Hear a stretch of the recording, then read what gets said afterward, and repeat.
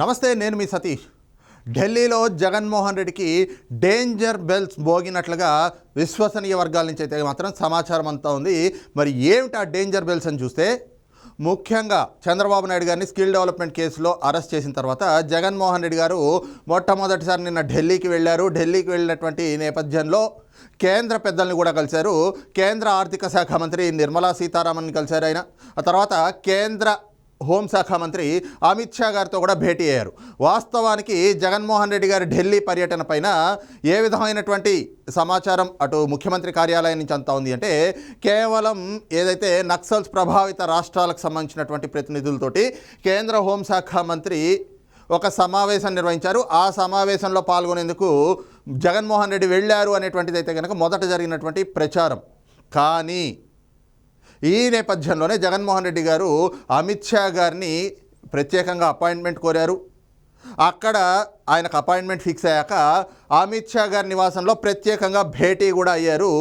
ఈ భేటీలో వీరిద్దరి మధ్యన 30 నిమిషాల పాటు అనేకమైనటువంటి అంశాలు, రాష్ట్రంలో చోటు చేసుకుంటున్నటువంటి రాజకీయ పరిణామాలు మొదలుకొని అనేక అంశాలపైన ప్రస్తావనకు వచ్చింది. చర్చలు కూడా జరిగినాయి అనేటువంటి సమాచారం అయితే అంతా ఉంది.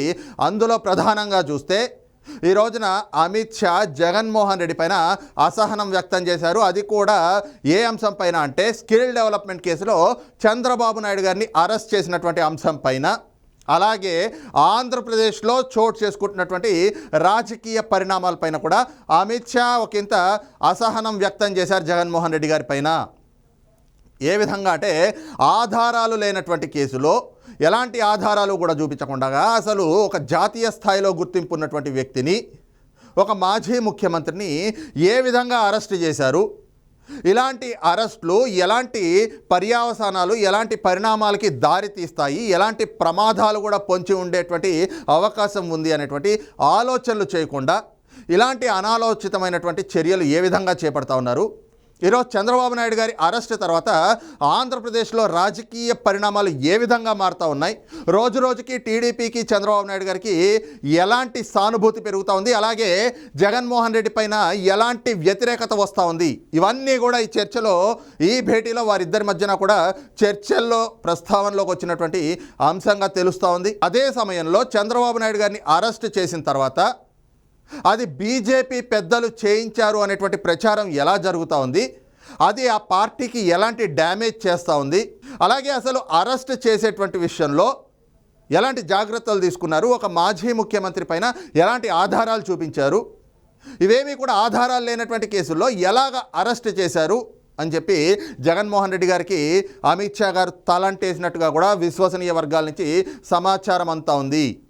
ప్రధానంగా చూసుకుంటే అమిత్ షా అసహనం వ్యక్తం చేయడానికి కారణాలు కూడా కనిపిస్తూ ఉన్నాయి. ఎందుకంటే ఈరోజు చంద్రబాబు నాయుడు గారి అరెస్ట్ తర్వాత నిజంగానే ఆంధ్రప్రదేశ్లో రాజకీయ పరిణామాలు అనేటువంటిది రోజు రోజుకి ఆసక్తికరంగా మారుతూ ఉన్నాయి. ఎందుకంటే ఒకవైపు వైసీపీ జగన్మోహన్ రెడ్డి గారు వై నాట్ 175 చెప్పుకుంటున్నప్పటికీ కూడా అది కేవలం మేకపోతు గాంభీర్యమే అనేటువంటిది స్పష్టంగా కనిపిస్తూ ఉంది. చంద్రబాబు నాయుడు గారి అరెస్ట్ తర్వాత తెలుగుదేశం పార్టీకి, చంద్రబాబు నాయుడు గారికి సానుభూతి నిజంగా అమిత్ షా గారు అన్నట్టు పెరిగిపోతూ ఉంది. ఇంకోవైపున జగన్మోహన్ రెడ్డి గారి పైన కావచ్చు, ఆయన ప్రభుత్వం పైన కావచ్చు, వ్యతిరేకత కూడా అదే స్థాయిలో పెరుగుతూ ఉంది. ఇంకోవైపున చూస్తే దీని వెనకాతల బీజేపీ పెద్దల హస్తం ఉందా అనేటువంటి అనుమానాలు వస్తూ ఉన్నాయి. దానికి సంబంధించినటువంటి ప్రచారం కూడా జరుగుతూ ఉంది. ఈ ప్రచారం బీజేపీకి భారీ డ్యామేజ్ చేసేటువంటి అవకాశం కూడా ఉంది. అది కేవలం ఆంధ్రప్రదేశ్లోనే కాదు, తెలంగాణలో కావచ్చు, కర్ణాటకలోనే కావచ్చు, అలాగే జాతీయ స్థాయిలో కూడా ఇదే ప్రభావం చూపేటువంటి అవకాశం ఉంది అనేటువంటిది అమిత్ షా గారి వాదనగా కూడా మనకి అర్థమవుతూ ఉంది. ఎందుకంటే ఖచ్చితంగా ఒక మాజీ ముఖ్యమంత్రి, అందులోనూ చంద్రబాబు నాయుడు గారు ఒకప్పటి ఎన్డీఏ కన్వీనర్, ఆయన ఎన్డీఏలో భాగస్వామ్యంగా కూడా ఉన్నారు 2014 నుంచి 19 వరకు కూడా. అలాంటి వ్యక్తిని ఈ రోజున ఇంత కక్షపూరితంగా అరెస్ట్ చేస్తే, రాజకీయ కక్షలు సాధిస్తున్నట్లుగా అరెస్ట్ చేస్తే, దానిపైన కేంద్రం ఎక్కడ ఇప్పటి వరకు స్పందించినటువంటి నేపథ్యంలో ఎలాంటి అనుమానాలు కలుగుతూ ఉన్నాయి. మరి కేంద్రం ఖచ్చితంగా స్పందించాలి కదా. అసలు ఈ అంశం పైన కేంద్రం స్పందించకపోవడం ఎలాంటి సంకేతాలు ఇస్తున్నట్లు, రేపొద్దుట అది బీజేపీకి జాతీయ స్థాయిలో కూడా ఎలాంటి డ్యామేజ్ చేస్తుంది అనేటువంటిది అమిత్ షా గారి ఆలోచన. ఎందుకంటే రాబోయేటువంటి ఎన్నికల్లో అమిత్ షా గారికి కానీ భారతీయ జనతా పార్టీకి కానీ నరేంద్ర మోడీకి కానీ ఖచ్చితంగా అనేక రాష్ట్రాల నుంచి మద్దతు అయితే కావాల్సినటువంటి అవసరం కనిపిస్తూ ఉంది. ఎందుకంటే రాబోయేటువంటి ఎన్నికల్లో బీజేపీకి ఖచ్చితంగా వాళ్ళు మళ్ళీ అధికారం నిలబెట్టుకోవాలి అంటే ఆంధ్రప్రదేశ్ నుంచి కూడా మద్దతు కావాలి. మరి ఈరోజు ఆంధ్రప్రదేశ్లో ఉన్నటువంటి రాజకీయ పరిస్థితులు ఎలా ఉన్నాయి అంటే జగన్మోహన్ రెడ్డి గారి గ్రాఫ్ ప్రజల్లో రోజు రోజుకి పడిపోతూ ఉంది. అలాగే తెలుగుదేశం పార్టీకి జనసేన పార్టీకి కూడా ప్రజాదరణ అదే స్థాయిలో పెరుగుతూ ఉంది. ఈ క్రమంలో ఇప్పుడు చంద్రబాబు నాయుడు గారిని అరెస్ట్ చేసిన తర్వాత ఆ అంశం కూడా ప్రజల్లోకి విస్తృతంగా వెళ్ళిపోయింది. అది వారికి సానుభూతిని తెచ్చిపెడతా ఉంది. అది కూడా వాళ్ళకి కలిసి వచ్చేటువంటి అంశంగానే ఉంది. అంతేకాకుండా తెలంగాణలో కూడా బీజేపీ పైన చంద్రబాబు నాయుడు గారి అరెస్ట్ ప్రభావం పడుతూ ఉంది. ఎందుకంటే తెలంగాణలో కూడా Telugu Desam party deciding factor vote bank ఉంది, సెటిలర్స్ తాలూకు ఓట్ బ్యాంక్ కూడా ఉంది. అవన్నీ కూడా రేపు ఎన్నికల్లో అధికారంలోకి రావాలి తెలంగాణలో అని ఆలోచిస్తున్నటువంటి బీజేపీకి ఎదురు దెబ్బగా పరిణమించేటువంటి అవకాశం ఉంది. అది ప్రమాదంగా కూడా కనిపిస్తూ ఉంది. సో ఇలాంటి నేపథ్యంలో చంద్రబాబు నాయుడు గారి అరెస్టు వెనకాతల బీజేపీ పెద్దల హస్తం ఉంది అని జరుగుతున్నటువంటి ప్రచారం కావచ్చు, దానిపైన ఇప్పటి వరకు కూడా కేంద్ర పెద్దలు స్పందించకపోవడం కావచ్చు, ఇవన్నీ తమకి కూడా డ్యామేజ్ చేస్తున్నాయనేటువంటిది అమిత్ షాకి కేంద్రంలో ఉన్నటువంటి భారతీయ జనతా పార్టీ అధినాయకత్వానికి కూడా ఆ నాయకత్వానికి కూడా అర్థమైంది, బీజేపీ పెద్దలకు కూడా అర్థమైంది. కాబట్టి ఈ రోజున జగన్మోహన్ రెడ్డి గారితో ఆంధ్రప్రదేశ్ రాజకీయాలపైన చర్చించినటువంటి నేపథ్యంలో అమిత్ షా గారు ఈ అంశాలన్నింటినీ కూడా చర్చలోకి తెచ్చారు. జగన్మోహన్ రెడ్డి గారి పైన అసహనం వ్యక్తం చేశారు అనేటువంటి సమాచారం కూడా అంతా ఉంది. అయితే ముఖ్యంగా జగన్మోహన్ రెడ్డి గారు కూడా అమిత్ షా గారితో ఈ అంశాలపైన చర్చ జరుగుతున్నటువంటి క్రమంలో స్కిల్ డెవలప్మెంట్ అవినీతి అంటూ ఆయన్ని కన్విన్స్ చేసేటువంటి ప్రయత్నం చేసినా కూడా అమిత్ షా గారు ఎక్కడా వినలేదు.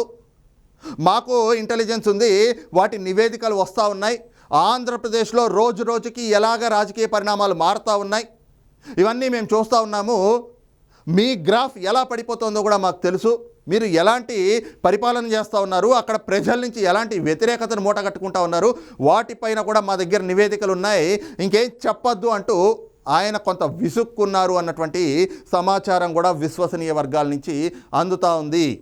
మరి జగన్మోహన్ రెడ్డి గారు ఆంధ్రప్రదేశ్ నుంచి ఢిల్లీ వెళ్ళేటప్పుడు చంద్రబాబు నాయుడు గారిని అరెస్ట్ చేశాం, కేంద్రంలో ఉన్నటువంటి భారతీయ జనతా పార్టీ పెద్దల కళ్ళల్లో ఆనందం చూస్తాం, అక్కడి నుంచి వెనక్కి వచ్చేటప్పుడు రేపు ఎన్నికలకు కావచ్చు, లేదంటే ఆ ఎన్నికలకు వెళ్ళడానికి కావాల్సినటువంటి రూట్ క్లియర్ చేసుకునేటువంటి అన్ని మార్గాలు కూడా సుగమం చేసుకుని తిరిగి వస్తామన్నటువంటి ఎంతో ఆశాభావంతో వెళ్ళారు.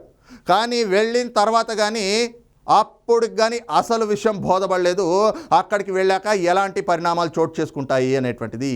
ఈ రోజున అమిత్ షా తోటి జగన్మోహన్ రెడ్డి గారు భేటీ అయినటువంటి నేపథ్యంలో ఆయనకి ఢిల్లీలో డేంజర్ బెల్స్ మోగుతున్నాయనేటువంటిది అర్థమైంది అన్నటువంటి సమాచారం కూడా అందుతూ ఉంది.